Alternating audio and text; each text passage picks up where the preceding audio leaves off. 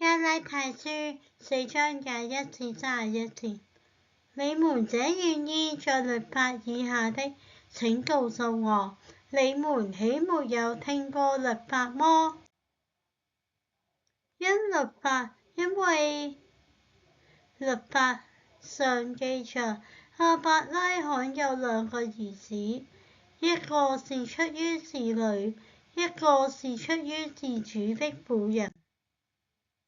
然而那出於侍女的，是按着肉體生的；那出於自婦人的，是藉着應許生的。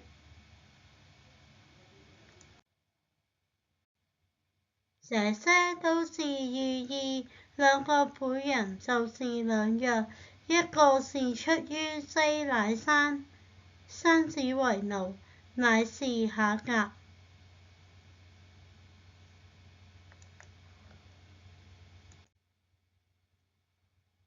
這夏甲就是在阿拉伯的西乃山，相當於現在的耶路撒冷，因耶路撒冷同他的兒女都是作奴僕的。但那在上的耶路撒冷是自主的，他是我們的母。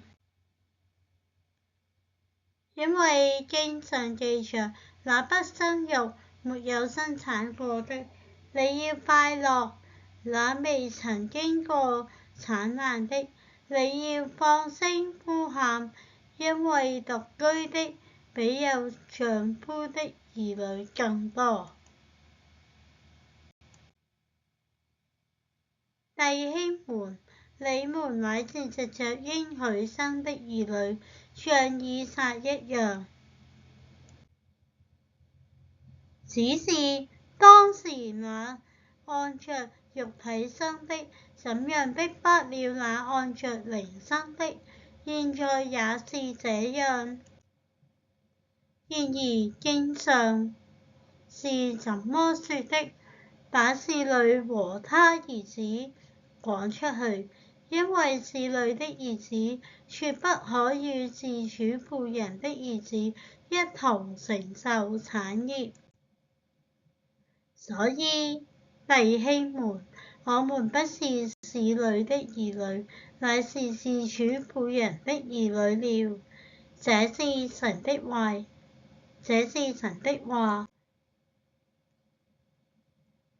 歡迎大家 like、subscribe 同埋 share 我個 YouTube channel。You are welcome to like, subscribe and share my YouTube channel. Thank you.